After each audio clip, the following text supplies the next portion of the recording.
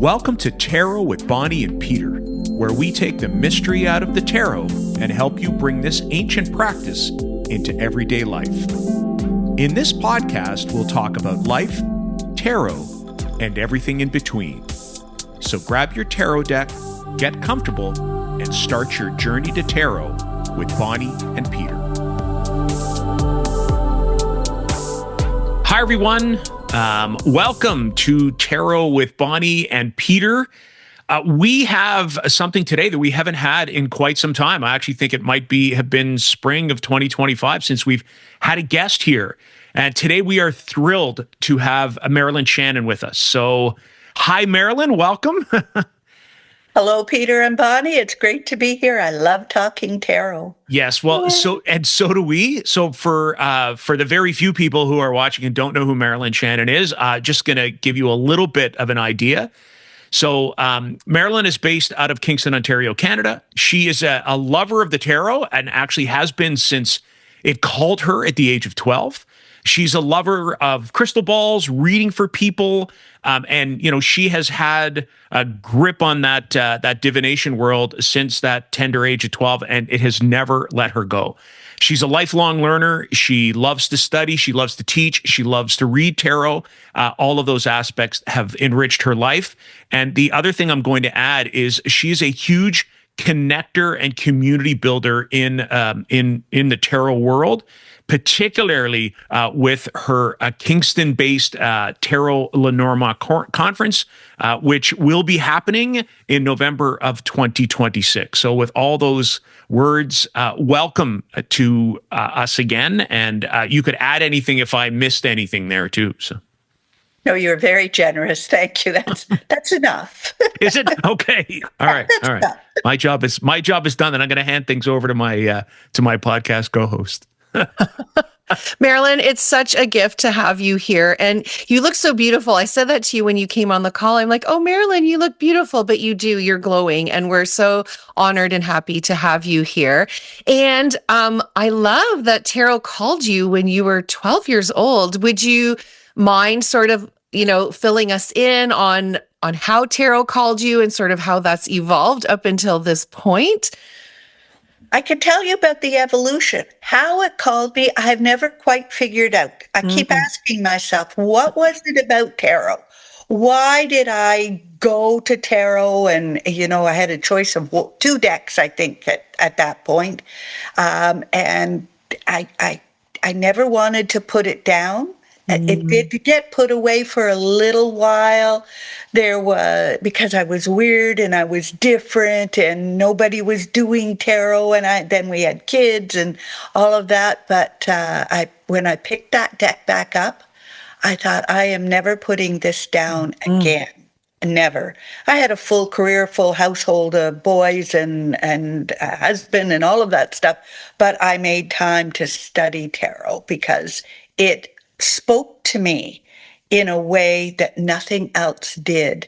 And when times were crazy and tough or marvelous, tarot helped me make sense of it and step into it and to live my life fully.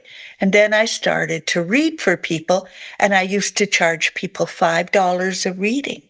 That's $5, yes, because I wasn't very good, and I didn't know what I was doing, and I was embarrassed, and all of those things that we have to journey through. And the price has gone up substantially since then. But I think reading tarot for people is my favorite thing to do. Yeah. That's it. What a lovely statement. And I love almost the magical way you talk about the tarot and the tarot supporting us in times. And, we often talk about it being a tool where we go when we're struggling or where things aren't going so well. But you talk about during the marvelous times and using tarot as well. I think that's an important thing for people to realize, that tarot can be part of your daily practice. Yes. Well, most of us don't believe that we deserve anything marvelous or good, right, or that we believe it won't last, so what's going to happen that's terrible, which is a shame. And I think when we step into the marvelous, yes, we have to deal with the not so marvelous, but when we step into the marvelous, we're going to manifest more of that. Why not? Yeah. Why not? We're good Absolutely. enough. We're good enough to enjoy life. Mhm. So tarot can help us see that it's okay. Mhm. And I love, and thank you for normalizing when you said, like, oh, because I thought I was weird, or right. Like, I think that really has such an impact on people for maybe wanting to use a tool like tarot. Like, oh, if I do that, like, I'm going to be weird, or people won't get me, or I don't want people to know my secret. And that was me for many, many years. And still today, like, I don't openly be like, hey, I read tarot. I'm like, no, I teach meditation. So I think there's still some healing and work to be done in that respect. But I appreciate your honesty about that, and letting people know, like, there's a community, and we sort of all came from the same place, right? Like, it's this tool that is so incredibly healing and helpful, and just mirrors back to us what's happening in our everyday life, and can be such a source of so much inspiration and insight and guidance. So thank you for sharing that. Yeah. We're still weird, but when Well, we have We a can all be community, weird together. when we have a community and we've got a friendly people, my weird likes your weird, and away we go. Everybody has their own weirdness, I guess, but creating the community to be able to find like-minded people Mhm. was probably the most helpful thing I ever did for myself. Never mind everybody else, but I needed people so that I wasn't so um, alone, alone. Yeah. well, and it's amazing you mentioned that, because I talked about your kind of role as a connector of people. Well, let's say connector of weird people, but that have the same kind of weird. And I think both Bonnie and I, because we attended your conference in 2024, and one of the things, you've there would have been what, 150, 200 people there. Am I right? It would have been more than that. Be No, about it right? was 109, About 109 109. people, but Yeah. which isn't a small group and not a large group, but it actually felt like family. Like, it was Mhm. small enough that you're like, oh my goodness, like I'm actually, it's not that I'm part of a small group within a group. You feel connected to everybody in attendance. It was, and you talk about doing it for you, and as somebody who's benefited from that, thank you, because I think you've also done it for many other people.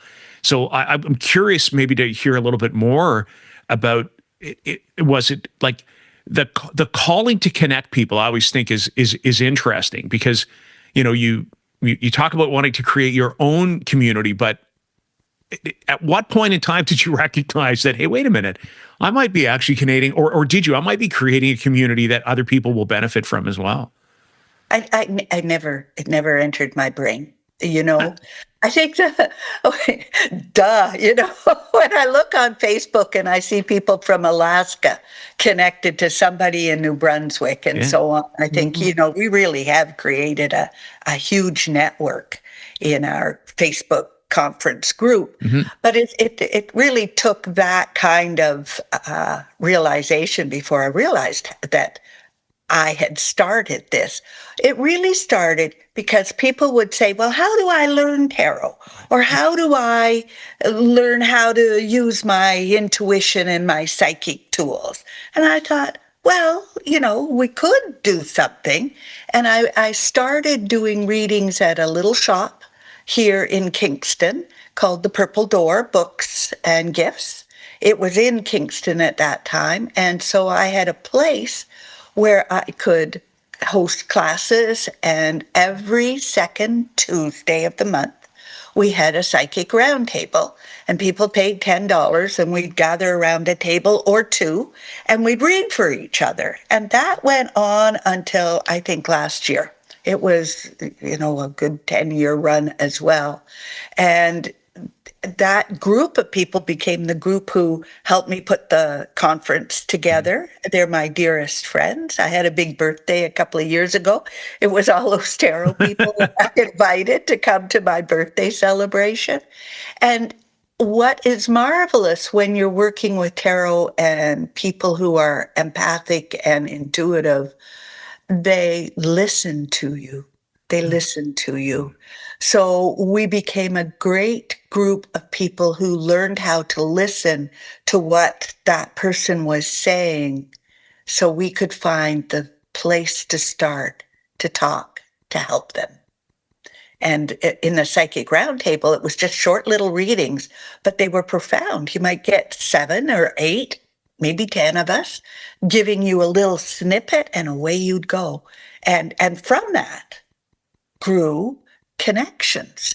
And so you didn't feel alone. You didn't feel as weird. You felt that you had people who understood and wanted to do more of this.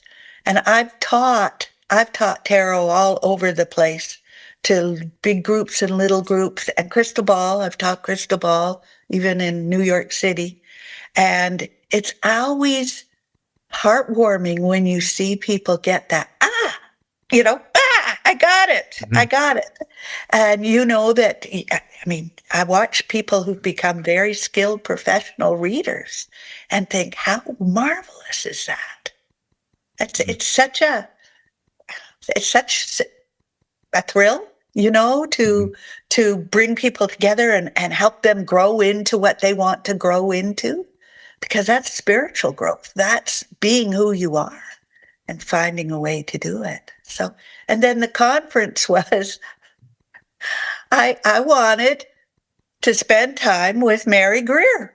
That's how that conference started. And Mary Greer was on Facebook, and she said to Shelley Carter, I'd love to see the art show of the Allura Tarot. Okay, so and I'm watching this conversation. I said, well, Mary, come to Kingston. And from there, it was over to a private conversation and what it would cost to get her here. And the next day I had a hotel booked and said to my friend Kelly, we're having a conference, get ready.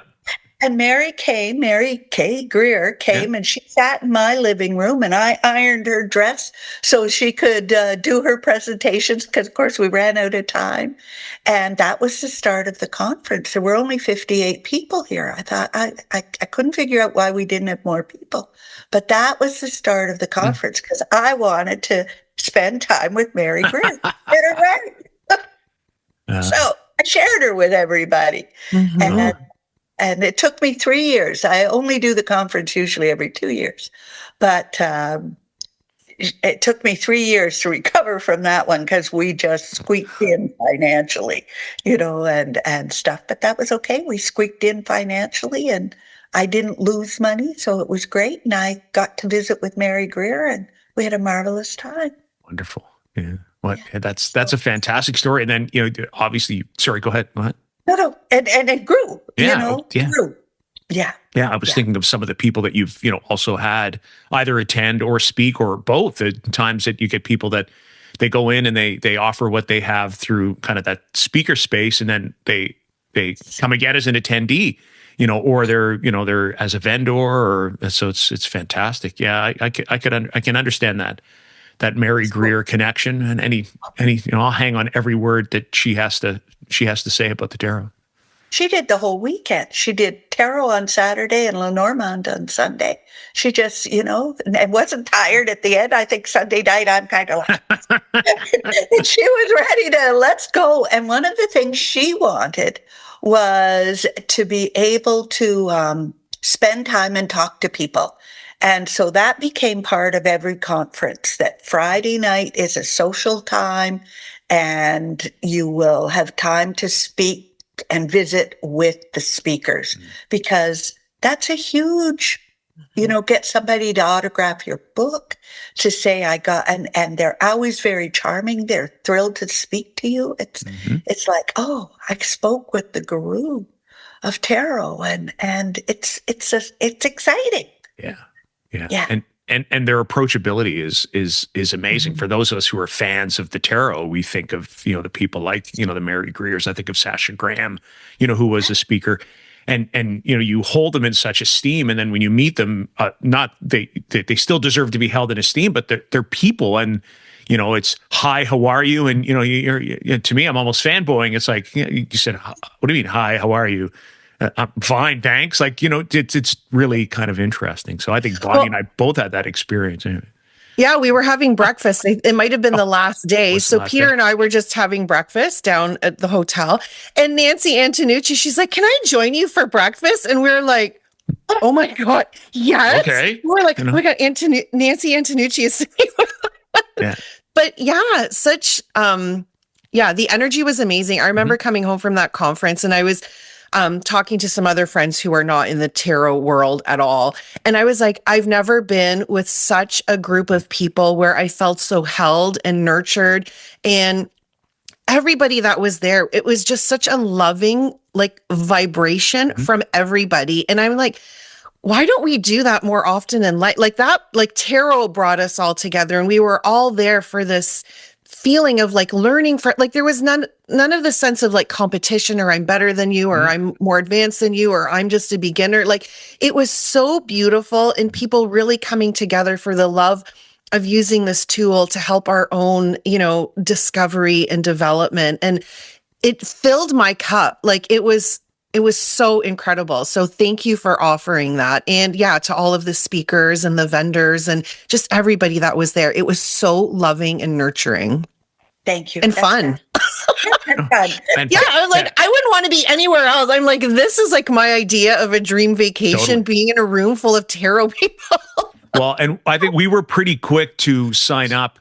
When the sign up was available for 2026, I think Bonnie and I jumped on that pretty quickly. So we were not gonna miss that. We were not gonna miss it. No, and what a marvelous crew coming together. This group of speakers for 2026 are sort of the last of my connections from Reader's Studio in New York City. Yeah. But they're also, okay, if this is my last conference, who else have I had that I want to spend time with in Kingston? I think it's a pretty dynamic group of people coming. So. Oh my goodness, yeah. And did you want to talk a little bit about who you've got coming for 2026? Because I know we're pretty excited. Just ask me. Yeah. Yeah. Who do you have coming for 2026? Heather Lee Navarra is Yeah. going to open us up on Friday afternoon. She owns the Boston Tea Room and is a force to be reckoned with. And she's going to talk about, when one door closes, what do you do in the hall before the next door opens? Then Lori Lytle from Niagara now, but from Toronto. And she's always got some very deep workshopy spreads for us to work through. Then Carolyn Cushing from Massachusetts, who has a huge following, very earth-based, moon-based, and she'll be tying together the earth and the moon.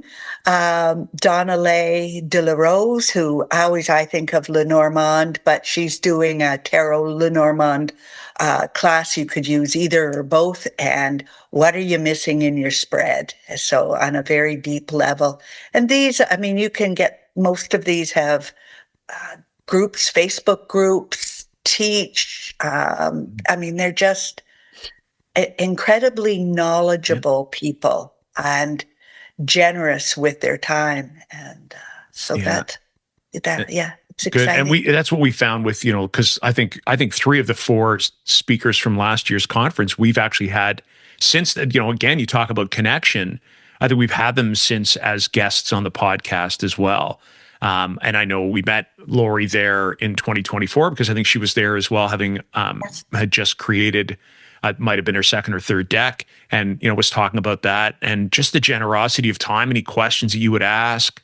So I'm excited about that. And then it is a fantastic experience. So anybody who's listening who is kind of curious or looking to connect with the tarot community, definitely have to check that out. We'll make sure that we put a link to the conference. I suspect there aren't a lot of spaces left, but call that a hunch. But so where am I? Although we're still early days, we're still a year out. Well, we're still a year out, but I think we have 60 people signed up. Right.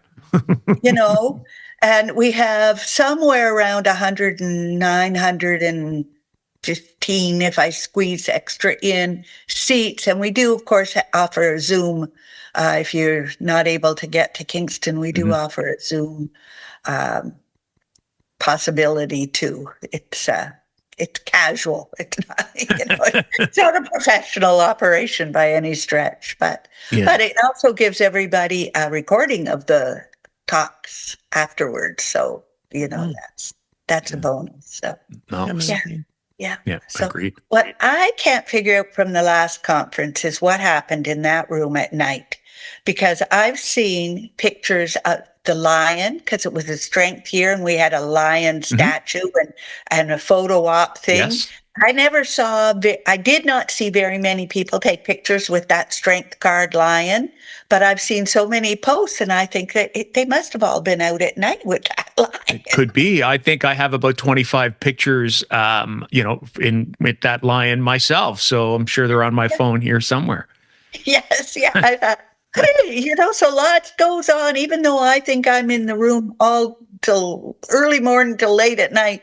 There's lots goes on that I don't see, which is just fine. It's all part of the fun and the magic, Well, isn't it? and even you talk about, morning to night. I think one of my fondest or most powerful memories was the ghost story session with Sasha Graham, at nighttime, which was just incredible to hear both her take and then other people kind of offering up, their own spaces as well, and just a group of people coming together and having that same kind of connection. It was fantastic. It was fantastic. I'm hoping to convince Sasha to come back. She's not a speaker this year, but to come back and do that on the Saturday night. So, but Okay. I don't know. She's a very busy woman. Yeah, she so, is. Yes. But yeah, it was fun and mad. Like again, Magical. I have 300 tea lights with batteries. So put them all around the room, and it makes it kind of ghost stories perfect. Oh yeah. Mhm. It was terrific. It was great. So earlier, Marilyn, you mentioned like tarot during sometimes the more difficult times, but during the marvelous times. Would you mind sharing with us some of the ways that you use tarot in your own personal practice? Like if you have a daily practice that you use the tarot with, or what times you might approach the tarot? Like, and how you would do that for like as a personal practice? I don't do readings for myself Mm. anymore. All right. Because I do a lot of readings. I read almost every day. And I know that there's a message in those cards in everybody's reading for me as Mhm. well. If I'm getting if I'm seeing the Five of Pentacles, my arch nemesis, turning up in 6 readings this week, I need to look at where am I letting myself go? Mhm. If I'm seeing my favorite queen, the Queen of Swords, I need to think about, am I being a little sharp with people these days, or am I just need to be analytical? So I always pay attention to what card's showing up over and over again any week and take that as guidance for myself. Mm. So I love that. Mhm. yeah. So, it's like you've been hit on the side of the head with a frying pan. Geez, I'm seeing this card a lot. The interesting thing after COVID, I saw the Three of Cups. Everybody had the Three of Cups. Well, we're coming out of hiding. We were sending out invitations to get together with people, maybe not big groups, little groups. Mhm. And so it was like, yes, I was so happy to see the Three of Cups turning up all the time because it meant people were getting together again. So again, that card that shows up over and over again will tell me something either for myself or the world, the collective in that case, and away we go. Yeah. It is so true when you're doing readings for people. And quite often, if you're doing multiple readings in a day, so many times the same cards keep showing up in those readings. And it's like, wow, I just described this for somebody else. So it really is interesting. Yeah. That's You, good. you can't make it up, right? No. Like, No. It's also interesting that that card has, the book values, if you will, or meanings, but depending on what other cards are there and it might not be the same exact interpretation. It probably is not. Yep. So that's the experience that you get of lots of readings to just go off to the less known. The Queen of Swords can often be a divorced or a widow. And that's not meaning I'll pull out for everybody, but sometimes it's very appropriate as a single woman. So it's really interesting because it gets me, kind of reflecting. I was just talking to Bonnie, as we were sort of prepping, I've had I have a growing client business, but November has been quite busy. And you just got me thinking there's a card, like the 8 of Wands has showed up in almost every single reading. And I'm thinking, well, that there's that idea of speed but there's also that idea of taking flight. And, I'm jumping on a plane in about 2.5 weeks and heading off to Australia with my wife, as we do often for Christmas. And I'm wondering if that's the message that tarot is saying, hey, just remember, things are moving quickly right now. I'm going to think about that a lot as cards show up, because I don't usually do that with client practice. I'll do that with my own. So thank you for that. I am. The 8 of Wands is showing up lately. And one of the reasons or meanings I fall to with that card is opportunities knocking. It's going to be fast and you can miss it. So you want to, the question I always go with that one is, tell me more. If you think somebody's saying something and you're not interested, stop. Tell me more, because there's more under that 8 of Wands than you realize, and you've got to reach out and grab it, or it's poof, gone. Yeah, So, it's like that momentum, right? It's like, and that creative, on fire, alive, and you might not jump into it, but you want to find out more about it because there's something there for you. Yeah. But yes, it can be jumping on that plane off on a big adventure. Well, there's so many directions to go in. Exactly. Because I often think about it the same way. It's like it's that fleeting opportunity that if you don't grab is not going to be there very long. But, then I was also thinking, but it can also be flying through the air. So that was, Yes. Yeah. With a nice landing. yes. Well, yes. Let's hope. Yeah. Indeed. For sure. Yeah. But I love that idea of and I'm starting to understand this more and more just on even some of the other practices that I do with other people. It's like, we're healing as we're holding space for other people's healing, right? And that's the same with the cards. It's like the messaging that we're giving to other people is the same messaging that we're meant to receive ourselves. And then that's where that whole connection comes in and like our energy, right? So it is really beautiful. And I'm so happy that you brought that up, because it is like, we're not just reading for other people, it's like we're in this together, and those messages are going to be just as important for me and also reminder for me as they are for the person that I'm reading with. So, yeah, I don't think I've ever been busier than I've been this past year. People are struggling to make sense of their world and what's going to happen to them or how to get through this chaos. And and we're all in this together. The whole world is topsy-turvy. So that energy is flying around out there, and to be able to sit down and somebody says it's okay to feel topsy-turvy and not sure what's going to happen. The tarot always gives us some guidance to how to get through it. Whether we do it or not is up to us, but there's guidance. And there's usually more than one direction to choose from.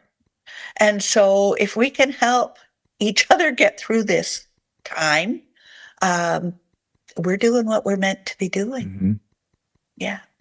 It's a really, really good point, because you're right. It does sometimes feel, and I think it odd, in what really is the year of the Hermit in 2025, that, you would expect a more grounded, kind of earth-based, a little bit slower introspective, but then I think, you know what, really the world is moving quickly. And, that reminder that sometimes we do almost have to force ourselves to look for guidance, to look for insights and to make those connections. And then the tarot's a great tool for that.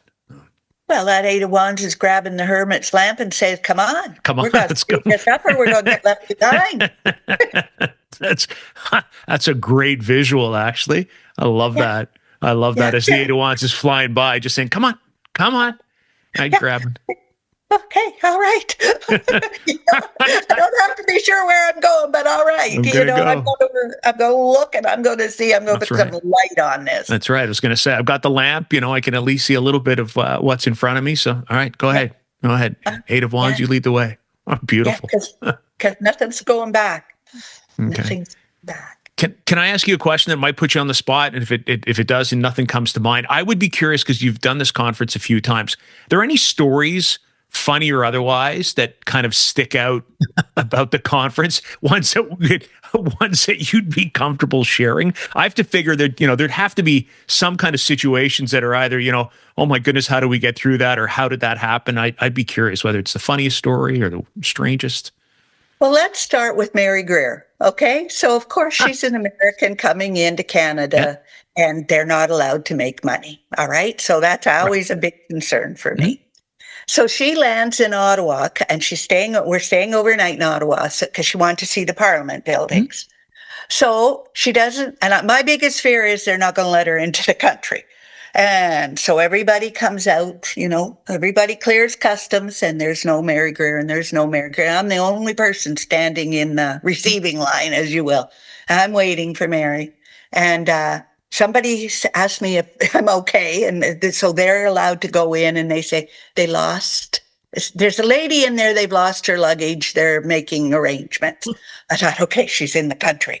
So out she comes and we go out to supper and whatever. And the next day, we're sitting downtown on Elgin Street and all hell breaks loose. Police cars, ambulances, and so on. And that poor young man had been shot at the War Memorial. Oh my goodness, yeah. Okay. That moment, that moment. So my boyfriend at the time was a photographer and he was with us.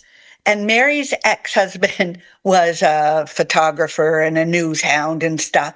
So nothing would do when we came out of the restaurant that we started to walk up towards the Parliament building. And at that point, they thought there were 3 gunmen on the loose at Parliament Hill, which, in Canada, we don't do these things. But we're going right up there and the police cars are coming around the corner on 2 wheels. And I said to them, if I get shot, I'm going to be really mad at you too. And Mary says that would be fair, but we keep going. We keep going. And finally, it was chaos. They're now starting to lock down every building in the downtown core. That's how, we were right in the middle of it. And I said, I think we need to get out of here while we can. So we got in the car and came home and Don went to his place because he was in Ottawa. But it was like, oh my God, how could this all have happened? But it did. And we never did see the Parliament buildings with Mary, poor Mary. I have one person who comes from, I think, North Carolina. And I always find a roommate for her. Last year, it took 3 roommates. Every year it takes her roommate cancels, but we always find a roommate for her. And last year her ride, she flew into Watertown and her ride canceled to bring her into Canada. So we found somebody to go and get her in Watertown from Canada and take her back and forth.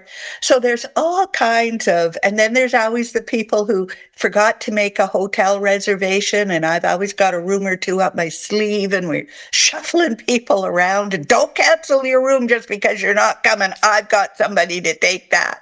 It's the 10 days before the conference is like, what's that puzzle game, jujitsu or whatever it is, trying to match. Jenga, pulling it to match people up.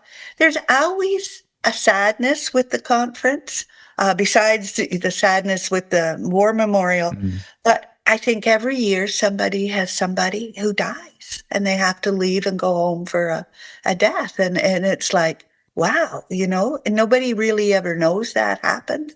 But there's all kinds of stuff that goes on behind the scenes, Mhm. which is why some years it takes me longer to decide to have a conference or not. But there's the moving pieces are fantastic to get it all in place. Oh, I can.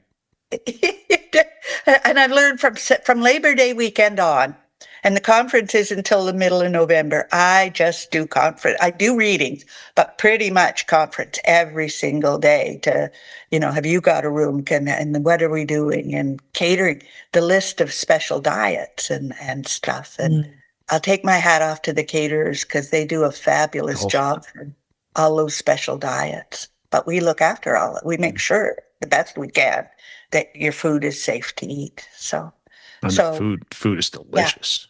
yeah, we try. Oh, I worked in food service for over 30 years. We used to do a catering, friend and I. So food is a big thing for me, a big thing. mm. Yeah. Well, and a big part of the So, experience for a lot of people too, right? yeah, That it yeah, all kind of goes together. It's not just the learning; it's the nurturing that goes along with the learning, because your people are almost handing themselves off to you for yeah. for a few days, going into a spot that they're unfamiliar with, going into a country in some cases they'd never been to before. So, Yes. Well, the one year, somebody coming from Alaska and stuff, and there was a terrible windstorm in Toronto, so they couldn't fly to mm, Kingston. And then get everybody trying to figure out how to get from Toronto to Kingston. And I my son's mother-in-law was on that flight, and he had to drive to Toronto and get her in the middle of the night. And I wish I'd known he was going. It would have been, we could just pack your car. Could you get a bus? We'll fill it with people coming to the right. conference. So, but and then there's of course stuff, a lot more stuff I don't hear about until years later, and that's okay.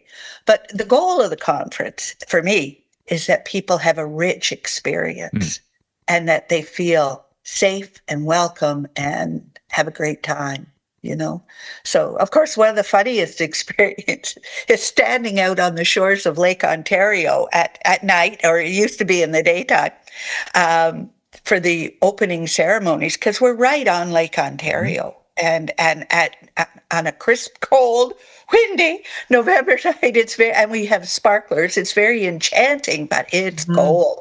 It's And the gold. poor American friends, they just have no idea what cold is until they get out there. So that's how he's a Canadian, eh? Yeah. Of course. Yeah. But it Yes. still was a great experience, and it was cold.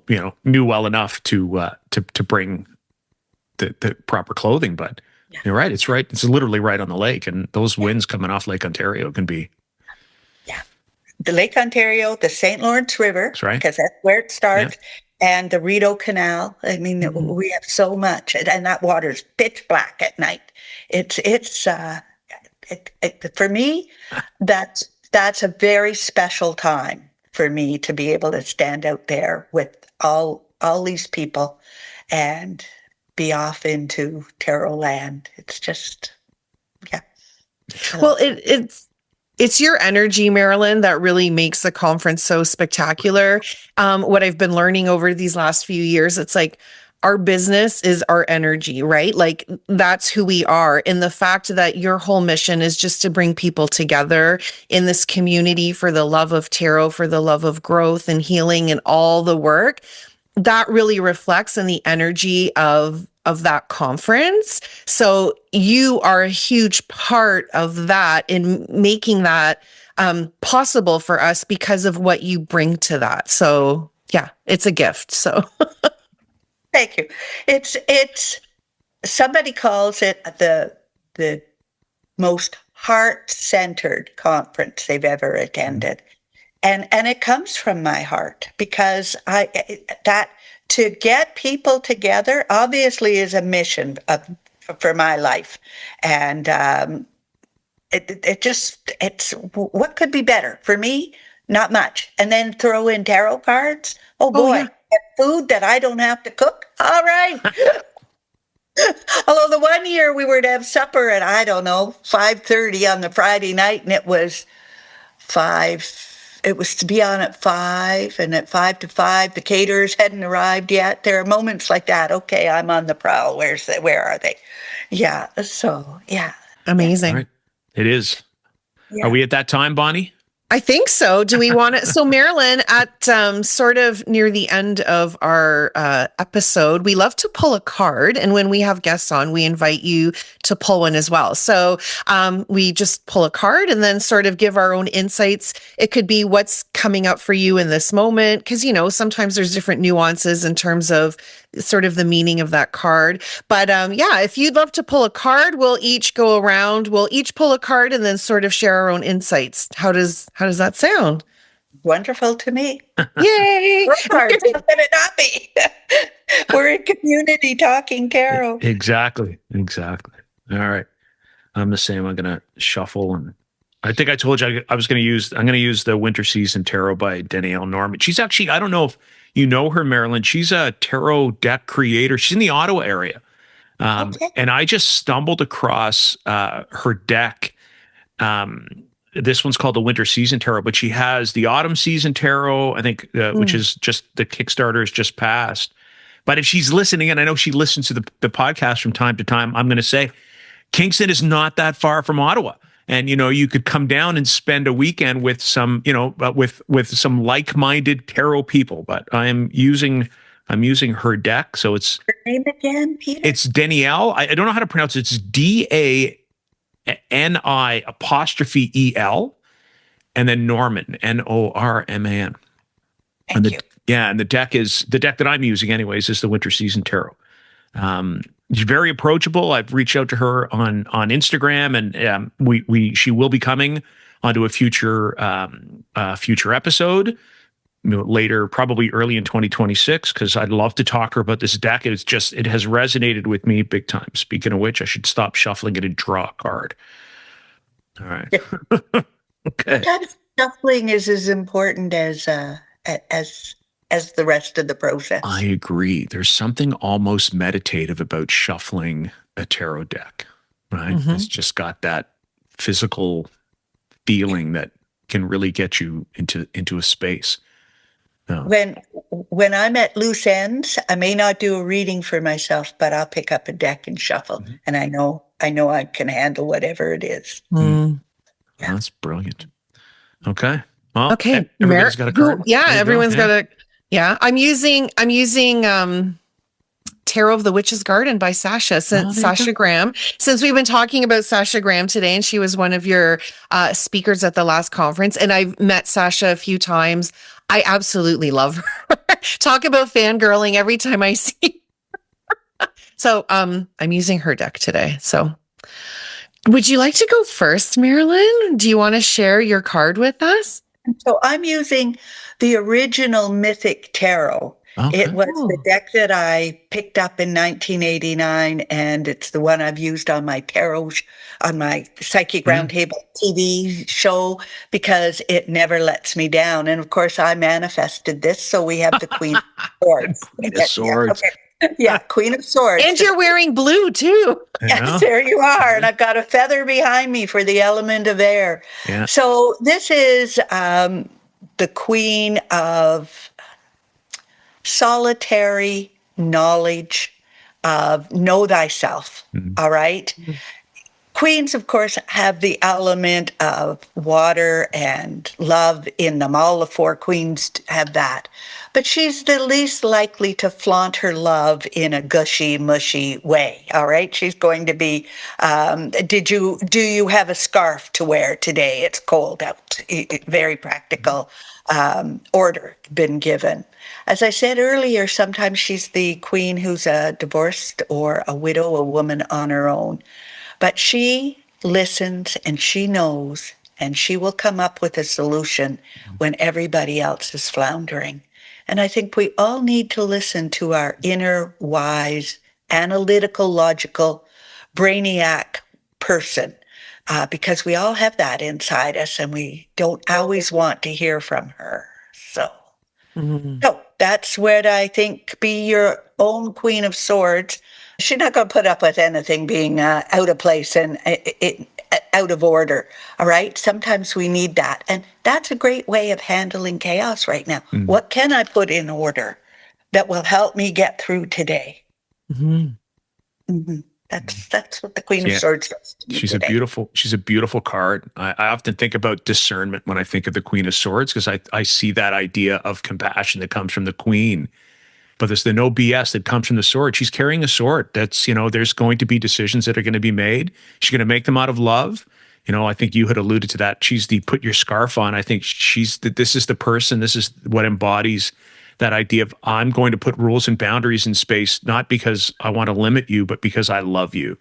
That to me, that's the only thing that I would add for the Queen of Swords, because I love how you presented her.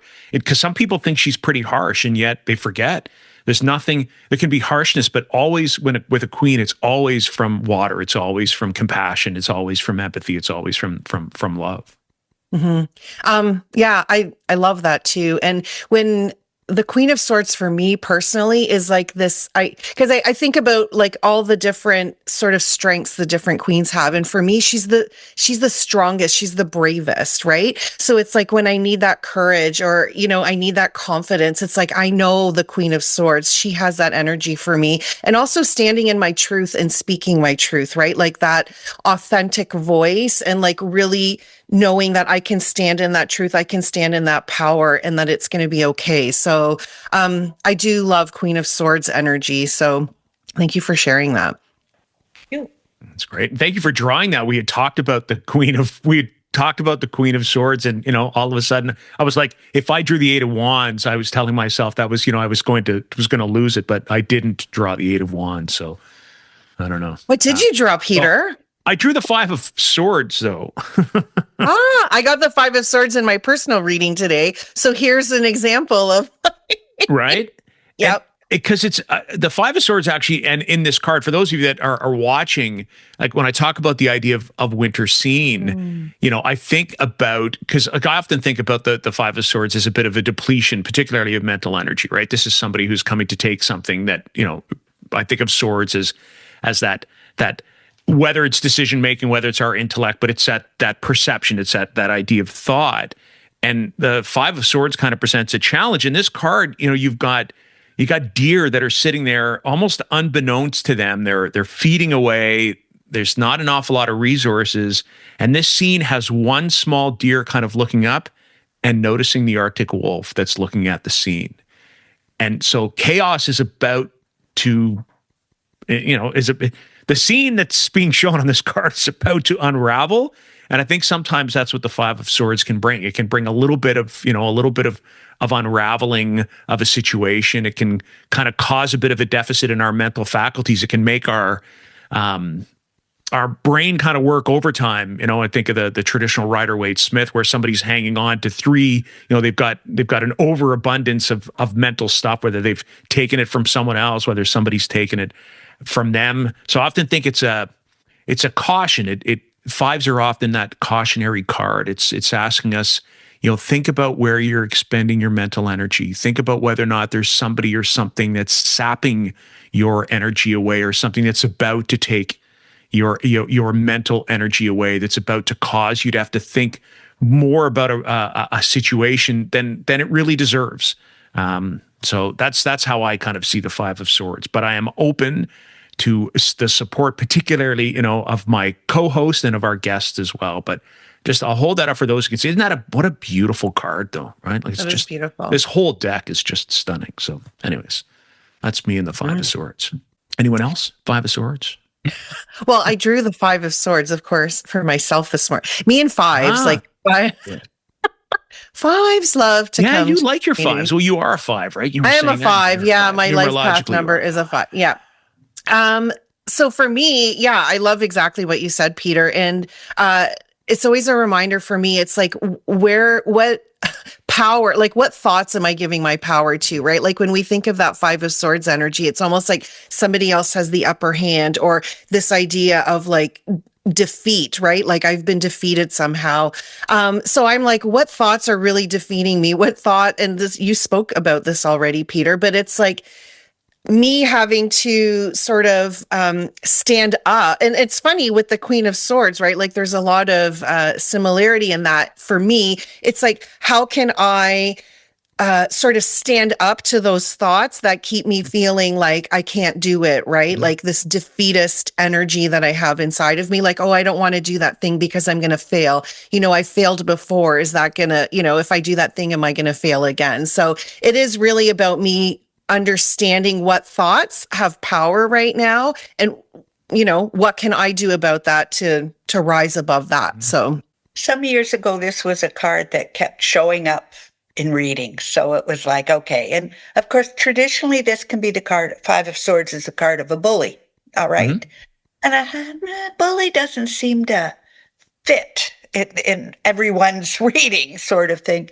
So being a good study bug, I started to research, and it was Angeles Arian's book, which is ancient now. Mm-hmm.